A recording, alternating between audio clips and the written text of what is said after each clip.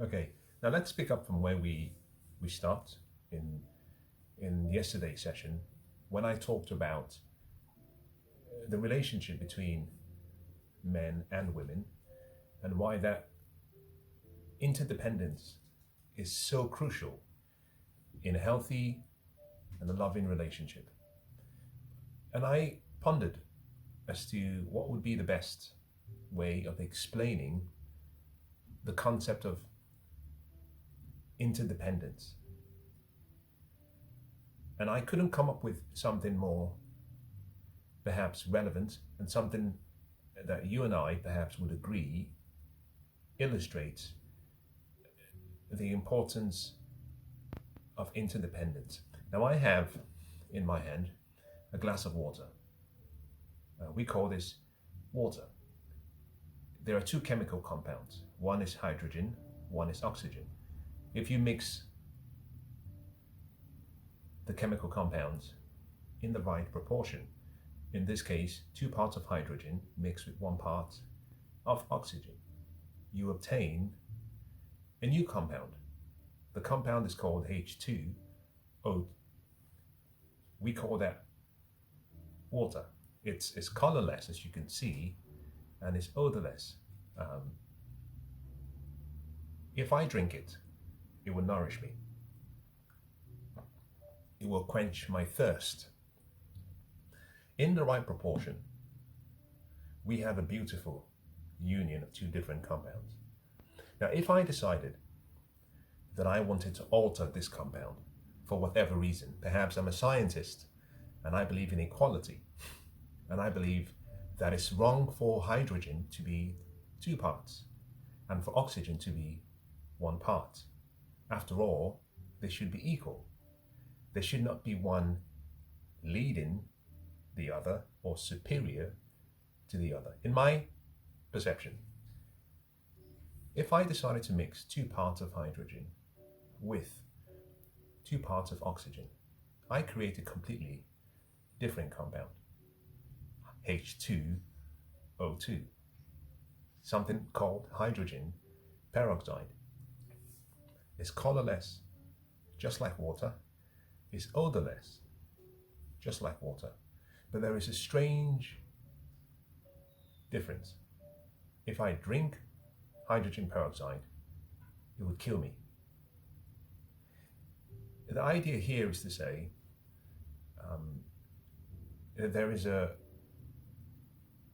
there are certain things man-made or created by nature that in order to obtain the best outcome, you have to ensure that you have the right ingredients. We all know this. If you're making a lovely meal, there are certain ingredients that are necessary. As a matter of fact, if you were going to make a lovely meal and you had all of the ingredients, but unfortunately you mixed the ingredients at the wrong time, you obtain a completely different meal. On the other hand, if you omitted the most important ingredient or the most important ingredients, you alter the taste, and certainly you have a meal, but one that tastes very differently. The union between a man and a woman applies in the same way. A man and a woman need each other. One should not aim to survive without the other. And I mentioned in the previous session that one of the mistakes of the 20th century was the concept of feminism.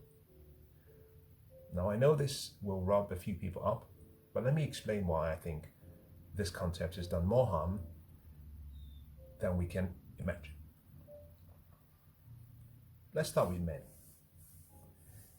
If we go back perhaps 100 years, 150, 200 years,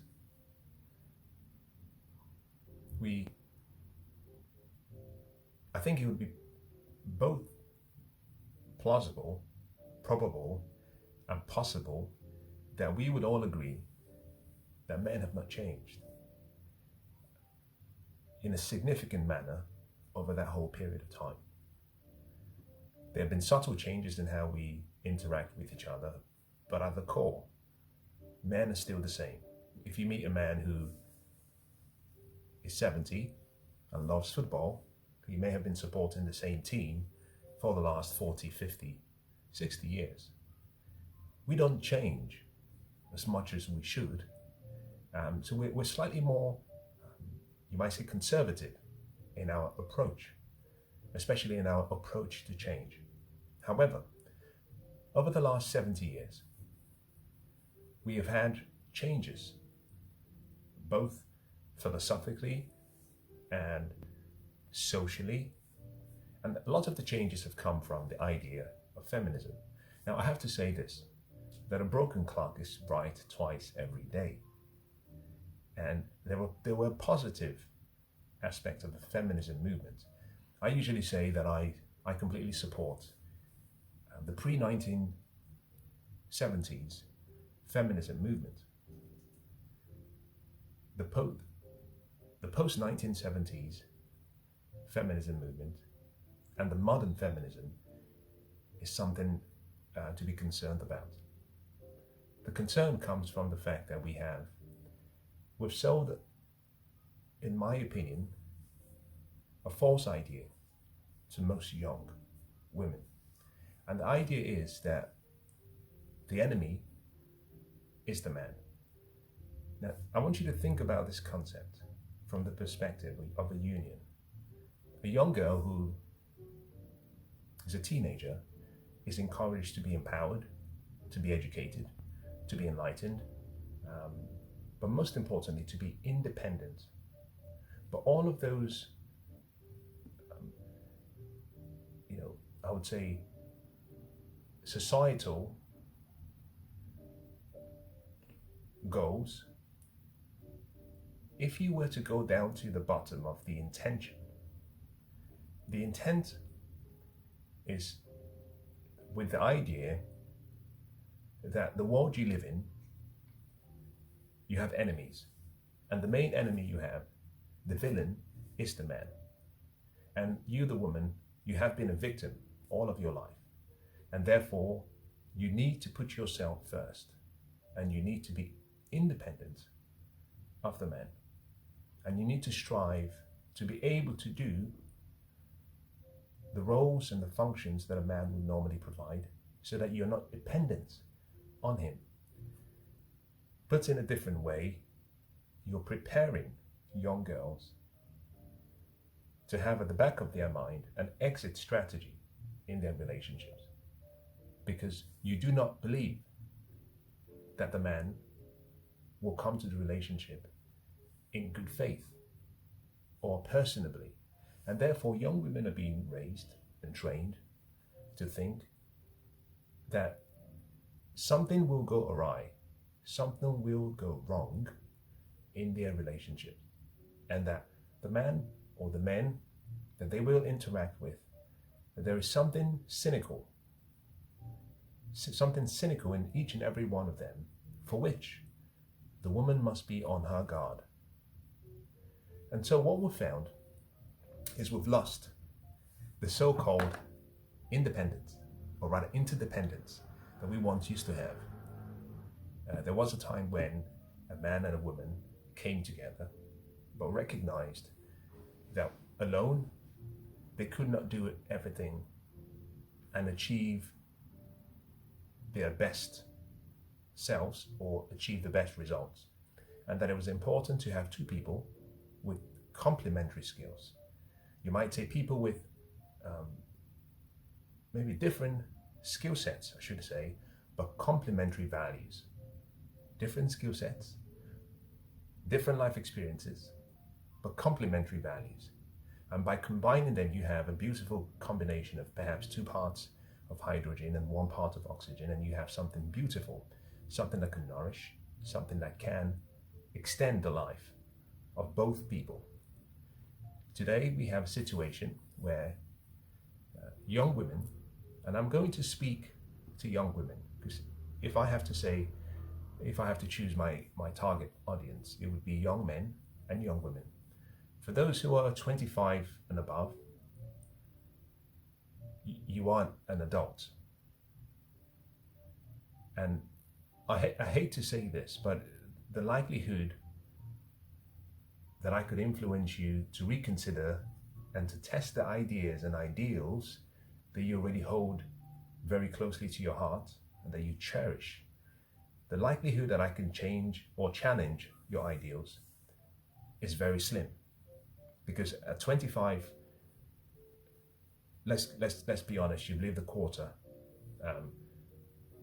of your life. You know, we call it three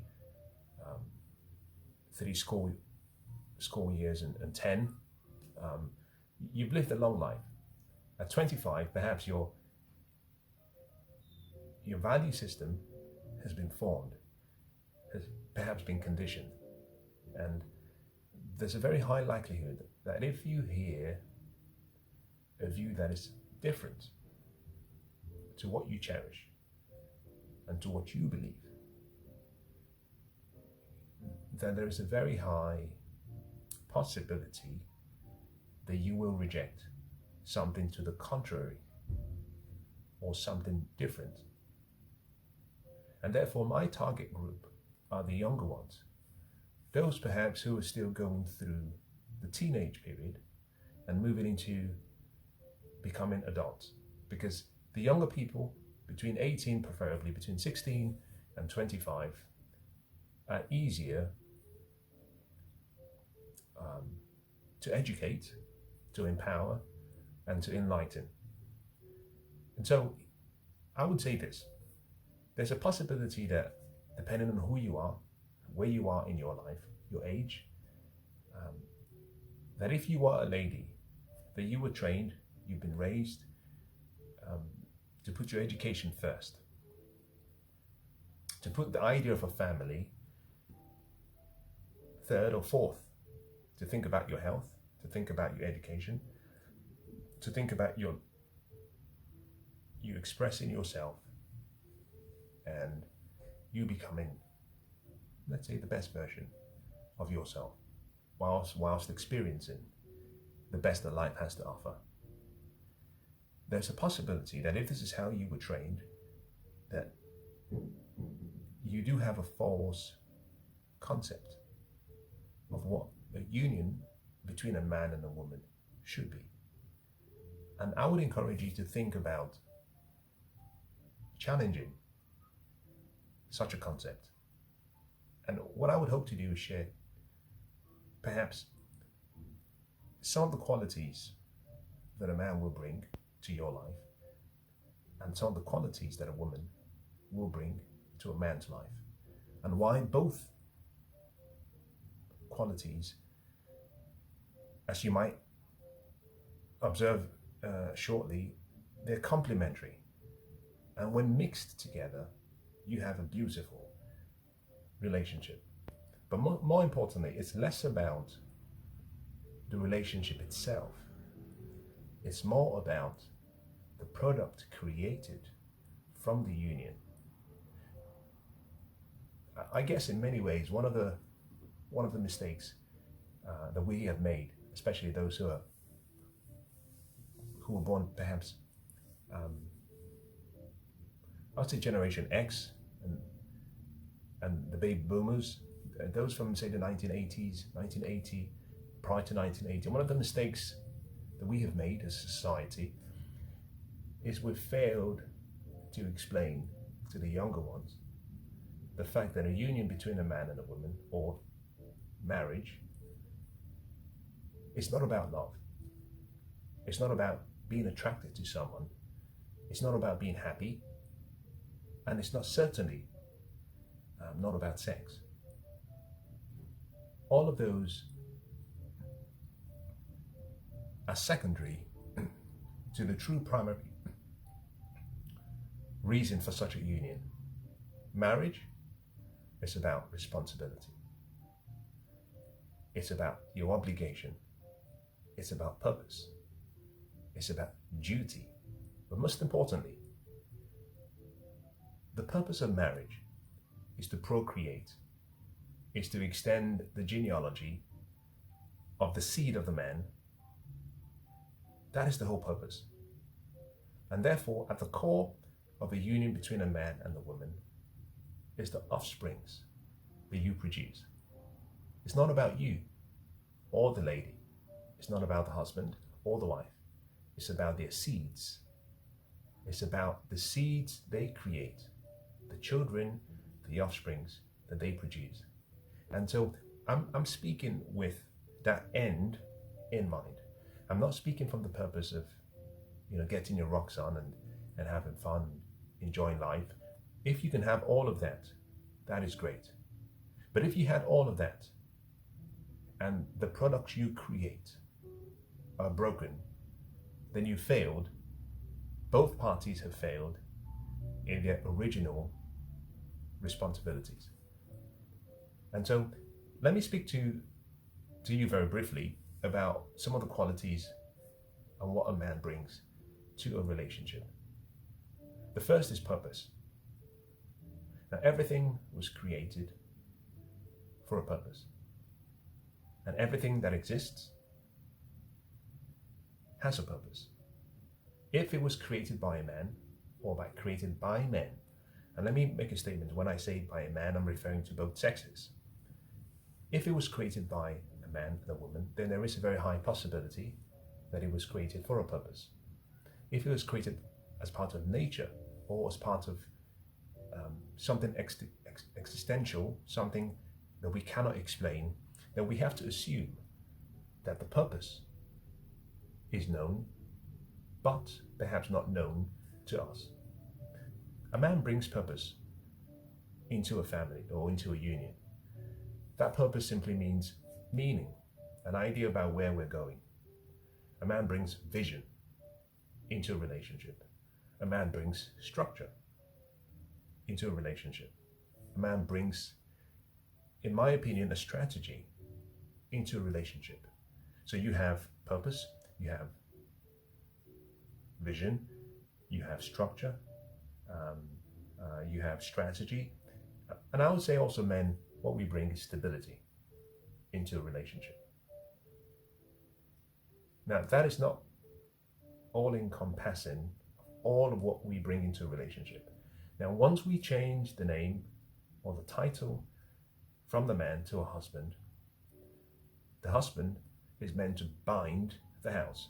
Now, let me explain so you understand what he's binding first. Let me move to the woman. The function of a woman in a relationship, or the female in a relationship. The woman brings love into the relationship. Now, you notice that what I'm about to explain can be symbolized by thinking about a picture, a framed picture on the wall. The frame is the man. The picture is the woman. The beauty, the colors, that is where the woman comes in. But what holds it together is the frame. That's what a man should provide to a family. A woman brings in love. She brings in beauty. She brings in joy into the family. Now, that is not to suggest that either party cannot provide one or two of the others or all of the other qualities. Yes, it is possible. But I'm saying when you look at men in their most raw nature and a woman in her most raw nature, what you find is women bring in love, beauty, nourishing, and most importantly, she procreates. She's the one who takes the seed of a man and gives that seed life, like nature. She brings life to whatever she comes in contact with.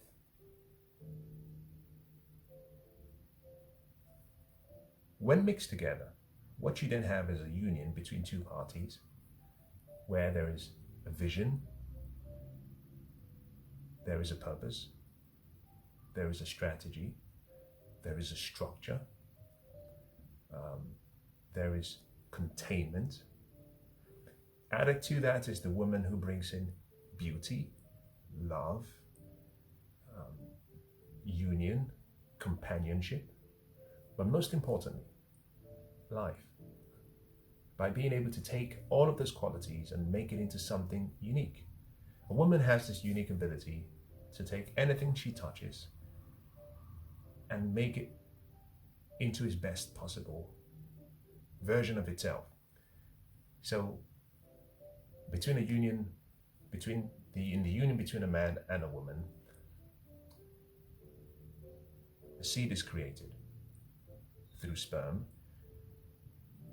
And if there's a union, that sperm is taken, extended to its best possible potential, and you have a child. The woman takes what the man gives her, in this case a seed, and she makes life out of the seed. Think about this. Most men would agree that if you were to go into a bachelor's house, on the aggregate, as soon as you walk into a man's house, you know that it's a man's house.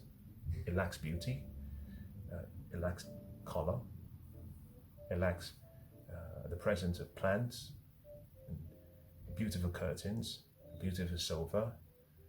It lacks the placement of things. Everything is out of place until a woman comes in, because she has that ability to bring life, beauty, love into the space or into the environment. So it's important to understand that in your relationship, I want you to think about what comes natural to you. If you are a woman, does love, beauty come natural to you? Nurturing, companionship, does that come natural to you? Taking things and making it to his best self, does that come natural to you? And if you are a man, having a vision, creating a structure, creating discipline around that vision, creating a purpose that can be shared, does that come natural to you? Because when you have both unions of all of these qualities, the function of a man is to bind all of those qualities. That's why we call that a husband. A husband is someone who binds the house bond. He binds the house together. With all of those qualities, you bind it together. So you keep it intact. And if you do that, and if you do that well, as part of the union, what you produce, the offsprings that you produce, will bear much fruit. And when it's not bound together well, and when there's an absence of love from both parties, you find that what you produce is like a thorn to society. And so in my closing statements, I would suggest that perhaps whether you are a man or whether you are a woman, you open up your mind and open up your heart to the possibility that everything you were taught about relationships and marriage and the roles of a man and a woman, or a husband and a wife, most of what you've learned, and let me not use the word what you were taught, let's say what you've learned, possibly could be wrong. Possibly. I'm not saying it is wrong, I'm saying possibly. And that your role is to go searching for the truth, to search for ideas that are perhaps different to what you cherish and are different to your ideals. Not for the express purpose of substituting what you already have as your values with something new, but more from the perspective of recognizing whether what you really hold dear in the long term, whether that would help you become the best version of yourself. Now, some people have no interest in having a family, in which case your goals, your dreams will be different.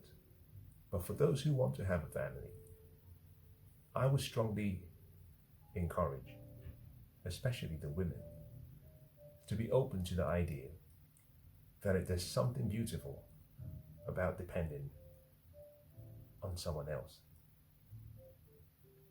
Depending on someone else and having the faith and the trust to rely on that person.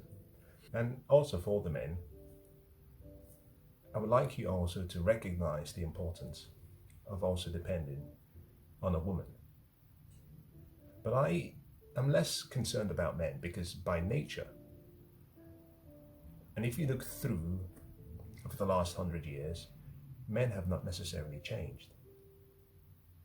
Men have always needed women, especially recognizing that there are certain things we do not do very well, and there are certain things that do not come naturally to us. Where society has really broken down, in my opinion, it has come from, sadly, it has come from the doctrine of feminism, where women have been raised and taught to believe that they can do it all by themselves. And maybe, yes, you can. But what a sad life it would be to live until your elder days, your elder age, and not have someone to hold your hand, not have someone to rely on, not have someone to listen to you, and not have someone who craves your voice. We need each other. Each of us needs the other person. And the idea in society today that women are being encouraged to be independent. Words cannot express the disappointment, the sadness, the pain in my heart, because the fruits of such an idea, we can see that today. We can see that in so many ways. I don't have to go into details, but we can see that all over society. Men have failed in their roles and their responsibilities in the family and in society. Women have failed in their roles and responsibilities in society and in the family. But for the younger ones, we have to begin anew. And that begins with understanding and recognizing that we need each other. We need to be dependent on the other. I mentioned in the previous session that if you and I were in a relationship and I do not need you, then one of us is not necessary. David Ricardo, for those who understand and who follow economics, came up with something quite unique, similar to what Adam Smith's contribution to economics. And he came up with the concept of having a comparative advantage. And the idea was that let's assume both of us are in a particular location, perhaps in the same office. You are the CEO and I am the secretary. As the CEO, you can come up with a vision for taking the company forward. And the cost of that time you spend creating a vision and the cost of your time perhaps is £10. But you can also type the vision. You can put it into beautiful, in the form of a plan, a business plan, perhaps a business vision, a strategy. But the cost for you to produce that documentation will be £2. I, on the other hand, I'm not able, because I'm not as educated as you are, but I am able to type. And I am able to provide the administrative tasks. And the value of my time is £2. And David Ricardo came up with a concept that said, well, there's something called specialization. and for each person to focus on their competitive advantage. And by doing that, you as the CEO will spend your best time doing what you're great at doing. And I would spend my time doing what I am great at doing. But because we're together in the same company, we create some form of interdependence. You can do without me because you can do both functions. But by doing both functions, it limits you from doing the first function for which you create the most value. And I myself, I can perform the second function. But if forced to, I could attempt to work like I am the CEO, but I will be doing something for which I do not have the ability. And so that by creating this interdependence, we can maximize the value created by the company, because you would be working in your best and in the right function, and I would be working in the right function. And together, by working in our respective functions, the output we create exceeds what each of us could create individually. And I think that is such a useful concept to understand and to keep at heart in your relationships. If you are a woman, the roles that men used to provide previously were 6: protection, provision, in this case in the union, promotion, prayer, in terms of being the spiritual head of the family, and number 6 was professing his love. The first 2 functions were traditionally what men always provided: protection and provision. The man had to go out, bring home the bacon, and protect the family. He was the one who got to give up his life first for the family, to protect the woman and to protect their offsprings. The woman's role was that of the nurturer, the one who procreates, the one who brings beauty and love to the family, the one who transmits the culture into the family. But if you were to fast forward over the last 100 years, which of the 2 roles, which of the 2 functions have been expanded or have changed? Today, women today do not need men to provide, and they do not need men in their lives to protect them, because we've socialized the world through technology, innovation, development. We've done such a great job, especially in the West, where the husband or the man of the house is no longer required to provide food. The woman can go out and bring home the bacon. But in addition to that, we've democratized the provision of security to the point where all you have to do is make a call and the police will be by your doorsteps. So you do not need protection. The world we live in the West is relatively safe. So the first 2 roles and functions of a man are almost obsolete. And so most men are lost because they don't know how to function in a world where they're not needed.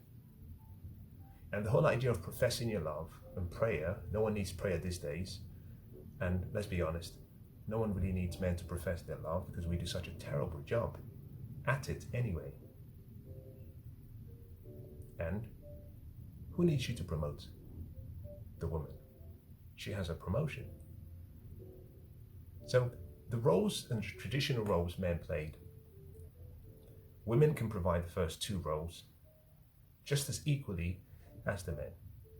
And in addition to that, they can still provide their traditional roles and functions. Some, unfortunately, like David Ricardo said, you would have to trade. There has to be a trade-off. And in choosing to provide protection for yourself, or in choosing to provide provision for yourself, you give up on your ability to nurture, your ability to provide culture, and your ability to be the one who procreates for the family. So there's always the trade-off. And so what we find today is there's always this, like a tug of war between 2 parties. And what I'm hoping that you would have taken out of this is the concept of water. 2 parts hydrogen, 1 part oxygen. Mix it well, you have a beautiful compound. Alter the mix, you have something new, something different, and something you would want to keep away from your family. So I guess in conclusion, here would be my recommendation.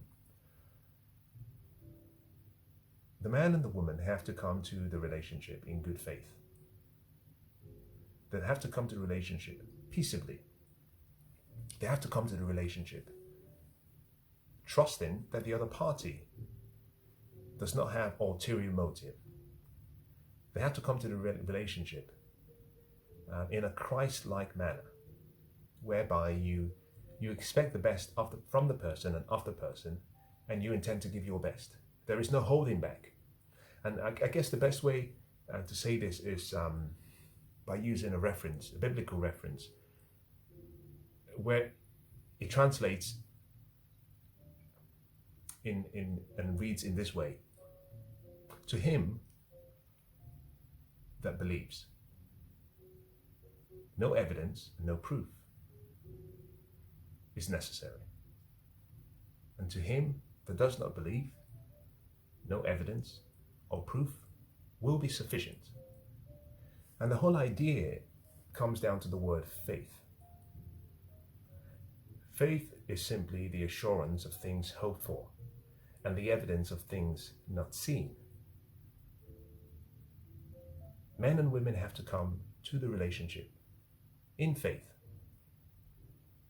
and trusting that the next party, the next person, the person for whom they are looking to be in union with, comes with good intentions. Until we restore faith into our relationships, you will find that you will always be of the mindset where you're always thinking about what could go wrong. And there is a saying that if anything will go wrong, it will, and usually at the worst possible time. There's a law. Murphy's Law is called. You attract what you expect. And by thought, what you want is created. By your feelings, it's sent to you by the universe. By your actions, you receive it. So if you come to your relationships with a thought that you need to be independent and you need to be empowered because someone on the other side will do you wrong, you have created that thought. If you feel in your heart that something could go wrong, according to Murphy's Law, it will, and at the worst possible time. And if you proceed into the relationship and you're not coming to the relationship in good faith, what you will find is that your actions will create the fruits of your thoughts and your feelings. And so it will not be unusual to find that in the relationship for which you feared that something could go wrong, something eventually did go wrong. But it did not go wrong because something was wrong. It went wrong because whatever you focus on manifests into your life. Whatever you focus on, you feel. Whatever you feel, you internalize. Whatever you internalize, you manifest. Whatever you manifest is yours to keep. So, in conclusion, I would say this. If you are in a relationship, perhaps start today. Here is a call to action. Start today and identify areas in your life where you have been too independent and start delegating that responsibility to your other half so that you start to depend on the other person. In a similar way, if there are places or areas in your life where perhaps you are not in a relationship, but you're hoping to be in a relationship, start to release yourself of such a responsibility. Begin your search for a union with the admission and This admission should be something celebrated, where, for example, if you are a woman, you should say that you're looking for a man, you're looking for a union where you can rely on him for X, Y, Z. For example, I want him to be the sole provider. I want him to be the one who protects the family. If you are a man, you come to the union with the view that you need the woman and that there are roles you can provide that come natural to you, but there are things you cannot do without the woman. And if you can start from that position of saying, it's not good for me to be all in one, then there's a high likelihood that the quality of your relationships will start to improve. I guess in many ways, as I summarize, I will conclude by saying this. If you are in a relationship where you believe you can survive just fine by yourself, should something happen to your other half or happen to the person that you're sharing your moments and your time with, if that is the case, if that is the feeling you have in your heart, then something is wrong. It means that there is some soul searching required on your part, and I guess you have to be willing to identify what that issue is, share and communicate that with the person you're in a union with, and start slowly to let go and let God.